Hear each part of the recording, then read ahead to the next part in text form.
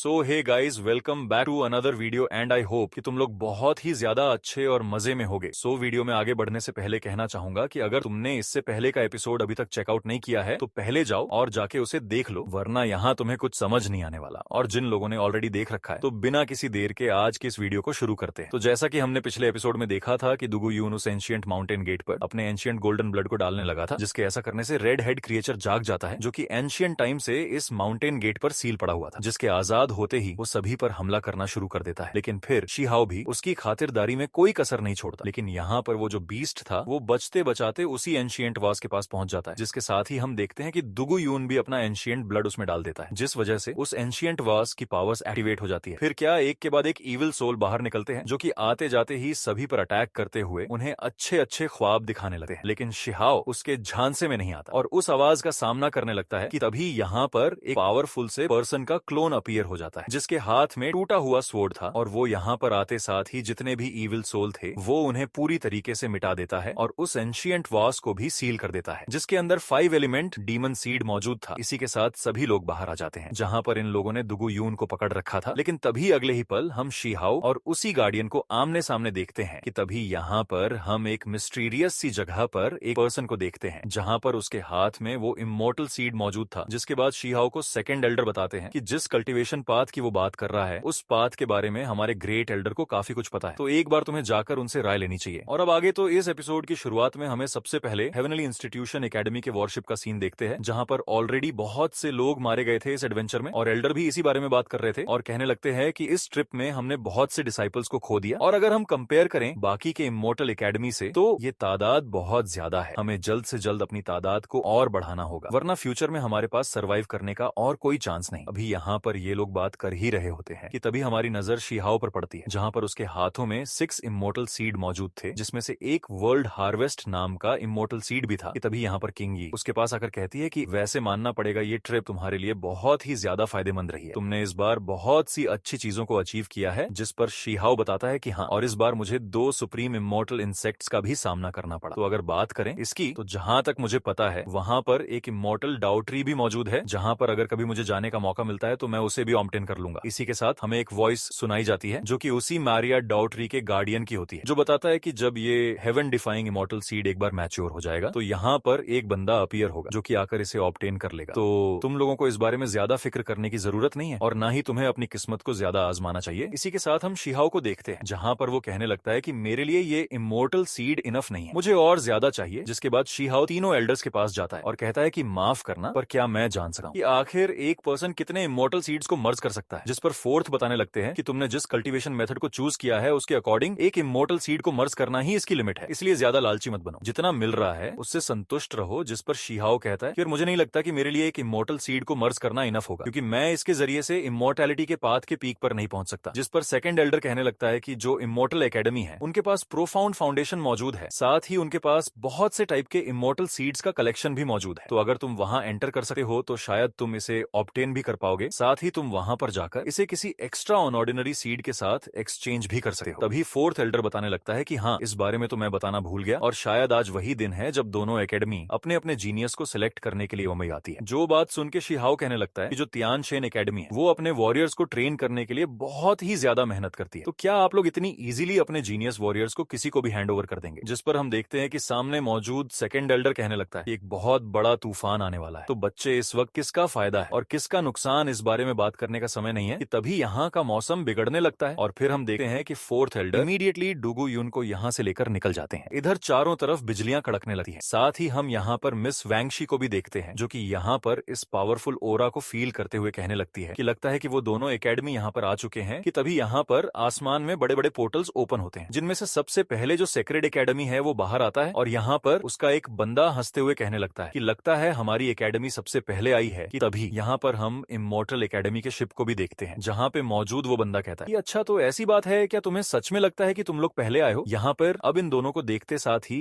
यहाँ मौजूद तीनों एल्डर भी इन्हीं के बारे में बातें कर रहे होते हैं, और यहाँ पर जो सेकंड एल्डर थे वो कहने लगते हैं कि इमोर्टल एकेडमी ने एक पूरे के पूरे प्लेनेट को ही रिफाइन कर लिया है ट्रैवल करने के लिए, ताकि वो अपने मन मुताबिक कहीं भी जा सके। कहीं ऐसा तो नहीं हम लोगों से हार जाने के बाद वो यहाँ पर बदला लेने के मकसद से आए हो? जहाँ पर अब हम शी-हाओ को देखते हैं, जहाँ पर वो भी ये सारा नजारा देख रहा था। कि तभी यहाँ पर दोनों एकेडमी के जो एल्डर्स होते हैं वो यहाँ पर अपने जो एल्डर्स होते हैं उनके सामने आकर कहने लगते हैं कि क्या बात है सेकंड एल्डर, आप आज भी पहले जैसे ही इंप्रेसिव लग रहे हैं, वैसे आप लोगों से मिले हुए काफी अरसा बीत चुका है। यहाँ पर इमोर्टल एकेडमी का जो एल्डर होता है वो कहने लगता है कि वैसे आप लोग तो बहुत ही ज्यादा खुश होंगे क्योंकि आप लोगों ने बहुत से रिवॉर्ड्स को अचीव किया है, साथ ही आप लोगों ने हमें हराया भी था। लेकिन तभी यहाँ पर एल्डर कहने लगता है कि बेहतर यही होगा कि हम लोग हॉल में जाके इस बारे में बात करें, जिसके अब अगले सीन में हम देखते हैं कि इमोर्टल एकेडमी का वो सिलेक्शन एंट्रेंस ओपन हो जाता है और यहाँ पर वो जो प्रिंसेस गर्ल थी वो बाकी लोगों के साथ आगे जाने लगती है और जाते हुए वैंगशी से कहती है कि वैंगशी, मैं इमोर्टल एकेडमी के अंदर तुम्हारा इंतजार करूंगी, तो मुझे ज्यादा इंतजार मत कराना। जो बात सुनकर तो मिस वैंगशी अपना मुंह फुलाकर साइड में कर लेती, जिसके बाद फिर मिस वैंगशी दूसरी एकेडमी को चूज करती है और जाते हुए अपने मन में कहती है कि ना जाने वो आखिर किस एकेडमी में जाएगा। जो कहते हुए वो उसके अंदर चली जाती है और यहाँ पर उसे दूसरी एकेडमी में जाता हुआ देखकर बाकी लोग बात कर रहे होते हैं कि आखिर मिस वैंगशी वहां पर क्यों जा रही है, क्योंकि उन्होंने तो एंशिएंट इमोर्टल कल्टीवेशन मेथड को कल्टीवेट किया है। कि तभी कुछ लोग बताते हैं कि सुनने में ये आया है कि उनका जो फियांसे है ना वो भी असल में इसी एकेडमी से बिलोंग करता है। इसी दौरान इमोर्टल एकेडमी की तरफ से एक लड़की बाकी सभी लोगों के साथ बाहर आती है और वो आते साथ ही हुआंग यानी कि शिहाओ के बारे में पूछने लगती है और कहती है बताओ आखिर हुआंग कहाँ पर है। और फिर जैसे ही वो इनके सामने आती है तो हमें बताया जाता है कि इस लड़की का नाम शुआंग लिन है जो कि हेवनली डैटी रेल्म पर है, जिसके साथ ही हमें एक लड़के को भी दिखाया जाता है जो इसी लड़की की टीम का ही एक मेंबर है जिसका नाम लेई चेन है और वो भी यहाँ पर हुआंग की तलाश कर रहा है। जिसके साथ ही यहाँ पर वो लड़की कहने लगती है कि हुआंग, तुमने हमारे इमोर्टल एकेडमी के एक डिसाइपल को उस एंशिएंट टॉम्ब के अंदर ह्यूमिलिएट किया था और तो और तुमने उसके एंशिएंट आर्मर को भी उससे छीन लिया, तो अब तुम हमारे सामने आओ ताकि हम तुम्हें तुम्हारे किए की सजा दे सकें। जिसके बाद यहाँ पर वो दूसरा बंदा भी कहता है कि हाँ आओ और हमारे सामने घुटनों के बल बैठ जाओ, साथ ही हमें वो आर्मर भी वापस करो। जो बात सुन के शिहाओ कहने लगता है कि अगर तुम्हें नहीं पता तो मैं तुम्हारी जानकारी के लिए बता दूं कि वो तुम्हारा लिटिल किंग ही था जिसने कि सबसे पहले मुझे मारने की कोशिश की थी, और अगर तुम्हारा वो लिटिल हेवनली किंग दोबारा से यहाँ पर आ गया ना तो मैं उसे फिर से लेटा लेटा के मारूंगा, और हाँ अगर उसे वो आर्मर चाहिए तो सबसे पहले उसे मुझसे माफी मांगनी होगी। जिसके साथ ही यहाँ पर हम देखते हैं कि किंग यी और मू शेन दोनों शिहाओ के सामने आ जाते हैं, जहाँ पर हम देखते हैं कि मू शेन यहाँ पर शिहाओ से कहने लगता है कि बताइए आखिर सबसे पहले मैं किसे ठिकाने लगाऊं। यहाँ पर हम देखते हैं कि वो शुआंग लिन नाम की लड़की जो थी और यहाँ पर वो दूसरा बंदा दोनों मिलकर कहने लगते हैं कि लगता है कि तुम दोनों पागल हो, अगर तुम लोग उसका साथ दोगे तो इमोर्टल एकेडमी में कभी भी एंटर नहीं हो पाओगे। लेकिन कोई ना, अगर तुम लोगों को भलाई रास नहीं आ रही तो कोई बात नहीं, इसमें हम कुछ नहीं कर सकते। जहाँ पर अब हम देखते हैं कि ये लोग तुरंत ही अपनी अपनी पावर्स को कंबाइन करके एक एंशिएंट फॉर्मेशन को सेटअप कर देते हैं जिसके अंदर से कुछ स्क्रिप्चर्स टाइप के रिबन बाहर निकलकर इन पर अटैक देते हैं, जो देखकर वहां मौजूद डिसाइपल्स भी कहते हैं कि क्या ये लोग इस एंशिएंट फॉर्मेशन के जरिए से हुआंग को यहाँ पर मारने वाले हैं। लेकिन यहाँ पर हम देखते हैं कि शिहाओ को कोई फर्क नहीं पड़ता और वो इमीडिएटली इनके अटैक से डोज करते हुए इनके सर के ऊपर आ जाता है। जिसके बाद शिहाओ यहाँ पर थंडर एलिमेंट का यूज करते हुए अपने हैंड साइंस को बनाता है और अपनी रिटर्न टू ओरिजिन नाम एक टेक्निक का यूज करते हुए सिंगल हैंड से इनके फॉर्मेशन को क्रश करके रख देता है, जो देकर उस लड़की के पैरों तले जमीन खिसक जाती है और वो हैरानी से कहती है कि क्या इस प्रीमोडियल टेक्निक को ऐसे भी यूज किया जा सकता है। लेकिन अगले ही पल हम देखते हैं कि शिहाओ उस पर अटैक करके उसे गले से पकड़ लेता है और कहने लगता है कि तुम इमोर्टल एकेडमी वाले खुद को आखिर समझते क्या हो, तुम में से जब जिसका मन चाहेगा मुंह उठा के यहाँ पर आकर हमारी इंसल्ट करोगे। अब यहाँ पर वो लड़की अपने भाई को हेल्प के लिए बुलाती है और यहाँ पर उसका भाई भी उसकी हेल्प करने चला जाता है, लेकिन शिहाओ उसके पेट में एक लात मारते हुए आगे कहने लगता है कि पहले बात करने की तमीज सीखो, क्योंकि वो तुम लोग हो जिसने मुझे ये सब करने पर मजबूर किया। तुम लोगों ने सबसे पहले मेरा इंसल्ट किया और यहाँ पर तुम सीना तान के कह रही हो कि तुम मुझे सजा दोगे। जिसके बाद शिहाओ उसे एक और जोरदार लात मार के जमीन पर पटक देता है और फिर शिहाओ उससे कहता है कि पहले मुझे कोई ढंग का रीजन दो कि मैं तुमसे बात करूं। जो कहते हुए शिहाओ उस लड़की को घुमाकर दूर फेंक देता है और तुरंत ही उस पर हमला करने आगे बढ़ता है। जो नजारा देखकर वो लड़की भी फटाफट से शील्ड बनाने की कोशिश तो करती है, लेकिन शिहाओ उसके शील्ड के बनने से पहले ही उसे क्रश करके रख देता है और उसे भी जमीन पर लाके पटक देता है। और फिर शिहाओ बहुत ही कूल वे में लैंड करता है और कहता है कि क्या अभी भी इमोर्टल एकेडमी का कोई बंदा है जो कि अपने सेक्ट के लिए यहाँ पर लॉयल्टी साबित करे। जिसके बाद यहाँ पर कुछ देर के लिए शांति छा जाती है और फिर हम कुछ लोगों को उस पोर्टल से आता हुआ देखते हैं और यहाँ पर एक तेज लाइट ग्लो करती है। जिसके बाद यहाँ पर एक बंदा आता है जिसको कि लिटिल स्काई किंग कहा जाता है और ये बंदा ऑलरेडी ब्रेक थ्रू कर चुका है वॉइड डाउ रेल्म पर और यहाँ पर वो अपने साथियों के साथ आकर इनके सामने खड़ा हो जाता है, जो देखकर सभी लोग उसी के बारे में बात करते हैं और कहने लगते हैं कि क्या ये खुद यहाँ पर इस मैटर को सॉल्व करने आए हैं, आखिर ये कैसे हो सकता है। कि तभी हम देखते हैं कि यहाँ पर वो जो लिटिल स्काई किंग है वो अपने इमोर्टल ऑरा का यूज करते हुए उन दोनों भाई बहन को हील करते हुए कहता है कि जब तुम लोग थोड़ा रेस्ट कर सकते हो। इसी दौरान हम मू शेन को देखते हैं जहाँ पर उसे इस बंदे के अंदर से अपनी सिस्टर के जैसे ही ऑरा फील हो रही थी और वो कहने लगता है कि इसका जो ऑरा है ये बिल्कुल मेरी सिस्टर के जैसी है और मैं इसके मैच का बिल्कुल नहीं हूँ। जो बात सुनकर शिहाओ उससे कहने लगता है कि तुम अभी से इतने ज्यादा कमजोर कैसे पड़ सकते हो, जिस पर मू शेन क्लियरली जवाब देते हुए कहता है कि भले ही ये इमोर्टैलिटी से अभी बहुत दूर हो, लेकिन मैं साफ साफ इसके पास अभी से इमोर्टल एनर्जी और ओरा को फील कर सकता हूँ। तभी यहाँ पर हम उसी लिटिल स्काई किंग को देखते हैं जहाँ पर वो अपनी पावर का यूज करके आसपास एक बैरियर बना देता है, जिससे यहाँ से कोई भी भाग ना पाए और ना ही यहाँ की आवाज बाहर जा पाए। और वो शिहाओ से कहने लगता है कि मेरे दोस्त हुआंग, मुझे एक बात बताओ, क्या मेरे जो अजोर आर्मर को तुमने ऑब्टेन किया है उससे तुम्हें कोई फायदा हासिल हुआ? जिस पर शिहाओ कहता है कि नहीं, कुछ खास फायदा तो नहीं हुआ। जिस पर वो बंदा कहता है कि ठीक है, फिर अगर ऐसी बात है तो बेहतर यही होगा कि तुम मुझे वो वापस कर दो, क्योंकि मैंने उसे इसलिए बनाया था ताकि मैं दूसरे रियलम के साथ बैटल कर सकूं। यहाँ पर ये कहते साथ ही वो इंटेंस अमाउंट में लाइटनिंग एनर्जी को रिलीज करता है और आसपास की चीजों को अपने लाइटनिंग एनर्जी से हवा में उठाते हुए डिस्ट्रॉय करना शुरू कर देता है। और यहाँ पर वो शीहाओ को अपने पावर का नमूना दिखाता है, लेकिन शीहाओ उसे कहता है कि अगर तुम्हें ये वापस चाहिए तो या तो तुम मुझसे माफी मांगो या फिर तुम खुद से इसे लेकर दिखाओ, लेकिन धमकाना बंद करो, क्योंकि धमकी देना फिर मुझे भी बहुत अच्छे से आता है। जिस पर वो बंदा कहता है कि मैं ऑलरेडी वॉइड डाओ रियल्म पर पहुंच चुका हूं और मैं अपने से कमजोर वॉरियर्स को बुली नहीं करना चाहता, तो क्यों ना हम एक सौदा करते हैं कि तुम मुझे चुपचाप वो दे दो और मैं इमोर्टल डाओ मिस्ट्रीज के बारे में तुमसे बात कर सकता हूँ। फिर मैं यहाँ पर खुद को मेरी इमोर्टल ओरा के बैरियर से कवर कर लूंगा और तुम्हें अटैक करने दूंगा, और अगर तुम मुझे एक कदम भी पीछे हटा सकते हो अपने एक भी अटैक के जरिए से, तो मैं अपनी हार मान लूंगा। जिस पर शीहाओ कहता है कि असली मर्द कभी भी एक्सक्यूज नहीं ढूंढता, अगर फाइट करनी है तो क्यों ना हम सेम बैटल एरिना में फाइट करें जहां पर हमारा लेवल भी सेम होगा। अब यहाँ पर ये बात सुनकर इमोर्टल एकेडमी के जो वॉरियर्स थे वो कहने लगते हैं कि इस पर ध्यान मत दो, ये तो खुद को कुछ ज्यादा ही ताकतवर समझ रहा है। उसे शायद अंदाजा नहीं कि लिटिल स्काई किंग कितने ज्यादा पावरफुल हैं, या फिर ये शायद इस बैटल के जरिए से फेमस होना चाहता है। कि तभी हम देखते हैं कि यहाँ पर शीहाओ के साइड के जो डिसाइपल्स थे वो कहने लगते हैं कि हुआंग को भी कम मत समझो, उसे भी यहाँ पर कोई भी नहीं हरा सकता। और एक ऐसा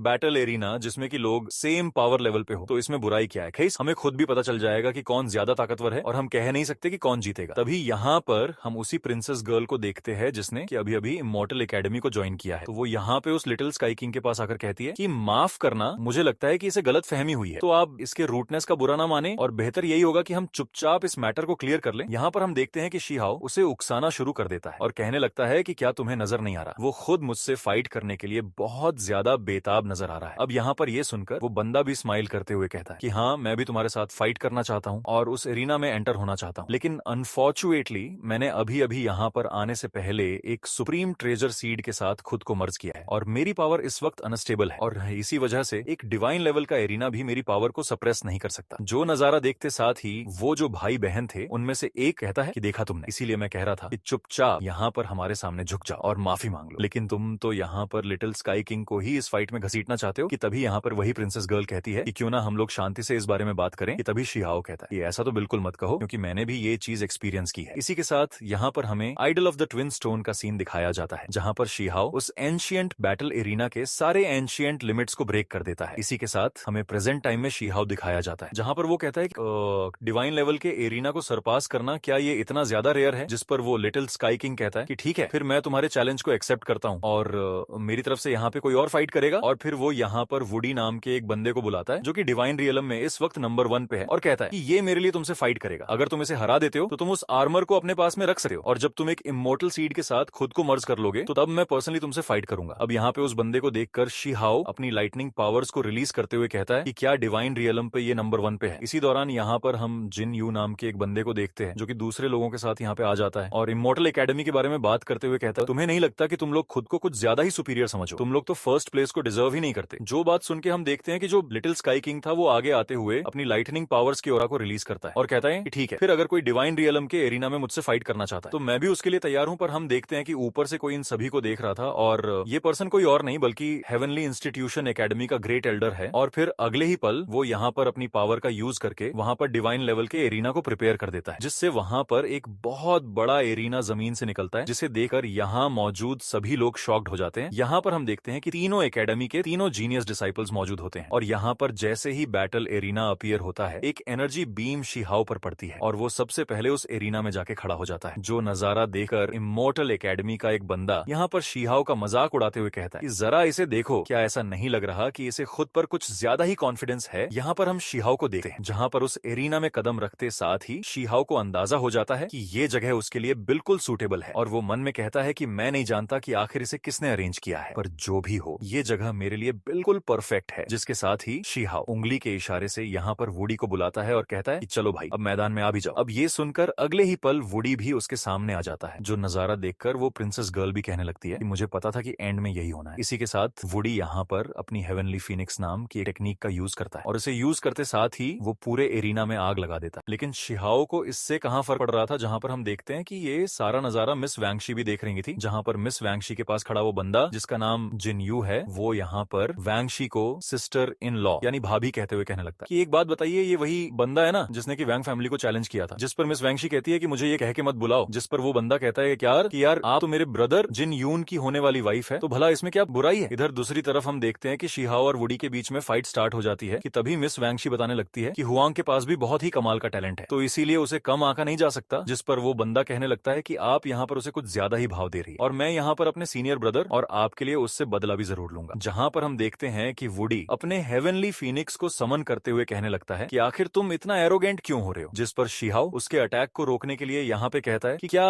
इमोर्टल एकेडमी के लोग अच्छे से बात करना नहीं जानते। इसी के साथ यहाँ पर शिहाओ अपनी कुंगपेंग टेक्निक का यूज करता है और उस पर अटैक कर देता है, जिसकी बातें सुनकर वुडी कहता है कि तुम्हारा इससे कोई भी लेना देना नहीं है, चाहे हम जैसे भी बात करें। उधर उसका एंशिएंट फीनिक्स बर्ड और इधर कुंगपेंग टेक्निक का वो मैथिकल बीस्ट, ये दोनों जैसे ही आपस में कोलाइड करते हैं कि तभी यहाँ पर हम एक और वॉरशिप को आता हुआ देखते हैं ना, जिसके अंदर वो मोटा और रैबिट गर्ल मौजूद थी और यहाँ पर शिहाओ को फाइट करता हुआ देखकर मोटा लड़का कहने लगा कि यार ये फिर से फाइट कर रहा है। तभी मैं कहूँ कि यहाँ का माहौल इतना ज्यादा गर्म क्यों है। यहाँ पर हम देखते हैं कि वो रैबिट गर्ल कहती है कि जरा उसकी टेक्निक्स को देखो, ये कितनी ज्यादा कमाल की है। लेकिन तभी यहाँ पे वुडी कहने लगता है कि मेरे पास लाइफ एंड डेथ की पावर है और मैं इसी का यूज करके आज तुम्हें यहाँ पर 2 टुकड़ों में काट दूंगा। जो कहते साथ ही वो शिहाओ की तरफ अपने टॉप ग्रेड का पावरफुल स्वॉर्ड थ्रो करता है, जो देखकर शिहाओ भी यहाँ पर इमीडिएटली थंडर एम्परर के बैटल आर्मर को पहन लेता है। और भाई कुछ भी कहो, शिहाओ इस थंडर आर्मर को पहनने के बाद क्या ही कमाल का लग रहा है। जिसके बाद वो यहाँ पर एक एक्स टाइप के वेपन को भी समन कर लेता है और घुमा के एक जोरदार अटैक सीधा उस स्वॉर्ड की तरफ कर देता है, जिससे यहाँ पर हमें एक बहुत ही खतरनाक वाला एक्सप्लोजन नजर आता है और वुडी बहुत दूर जाकर गिरता है। इधर दूसरी तरफ हम लिटिल स्काई किंग को देखते हैं, जो कि शिहाओ के इस अटैक को देखकर कहने लगता है कि वाकई में ये लड़का मुझसे फाइट करने के लायक है। इसी दौरान यहाँ पर वुडी अपना एक पावरफुल अटैक को प्रिपेयर करने लगता है और अपने पंच में फीनिक्स एनर्जी को मर्ज करते हुए एक फॉर्मेशन को बनाने लगता है। यहाँ पर शिहाओ भी विलो ट्री के वाइन्स का यूज करके खुद को हील करता है और फिर कहने लगता है कि अगर तुम्हारे पास और भी ट्रिक्स है तो उन्हें भी यूज कर लो, क्योंकि इसके बाद तुम कुछ करने के लायक ही नहीं रहोगे। जो सुन के उस बंदे को और भी ज्यादा गुस्सा आ जाता है। लेकिन तभी हम देखते हैं कि वुडी यहाँ पर अपनी एक और डिवाइन टेक्निक को एक्टिवेट करते हुए उस पूरे एरिना को उस चीज से सील कर देता है और शिहाओ से कहता है कि असल में तुम एक वर्दी अपोनेंट हो और साथ ही मेरी 9 हेवनली ट्रांसफॉर्मेशन टेक्निक को देखने के लायक भी। इसी के साथ यहाँ पर वो अपनी कमाल की टेक्निक को चल देता है, जिससे हम देखते हैं कि यहाँ पर ये जगह पूरी तरीके से अपसाइड डाउन मूव करना शुरू कर देता है, जिससे यहाँ पर सभी लोग अपनी जगह से गिरने लगते हैं। और यहाँ पर हम उसी लिटिल स्काई किंग को देखते हैं, जो कि यहाँ पर कहने लगता है कि अगर हुआंग इस मूव के आगे हार जाता है तो ये ज्यादा शर्मनाक नहीं होगा, क्योंकि ये मूव बहुत ही ज्यादा कमाल का है। यहाँ पर हम शिहाओ को देखते हैं, जहाँ पर वो उस टेक्निक को देखकर कहने लगता है कि क्या कोइंसिडेंट है। फिर वो नेदरवर्ल्ड के उस वॉइड बीस्ट किंग से फाइट करते वक्त उस टेक्निक को भी याद करता है, जो कि उसने उसके अगेंस्ट यूज किया था। और फिर वो कहने लगता है कि तुमने असली वाला 9 heavenly palace of revolutions technique को नहीं देखा है। जो कहते साथ ही शिहाओ निकालने लगता है एक के बाद एक 6 डाओ स्क्रोल और कहने लगता है कि अफसोस की बात है कि जिस टेक्निक की बात तुम कर रहे हो वो मेरे पास मौजूद है। इसी के साथ ही शिहाओ अपने 9 हेवनली रेवोल्यूशंस टेक्निक का यूज करना शुरू कर देता है, जो कि असल में 6 डाओ ऑफ रीइंकार्नेशन टेक्निक है। और यहाँ पर दूसरी तरफ वुडी भी उसे लगातार परफॉर्म किए जा रहा था और जैसे ही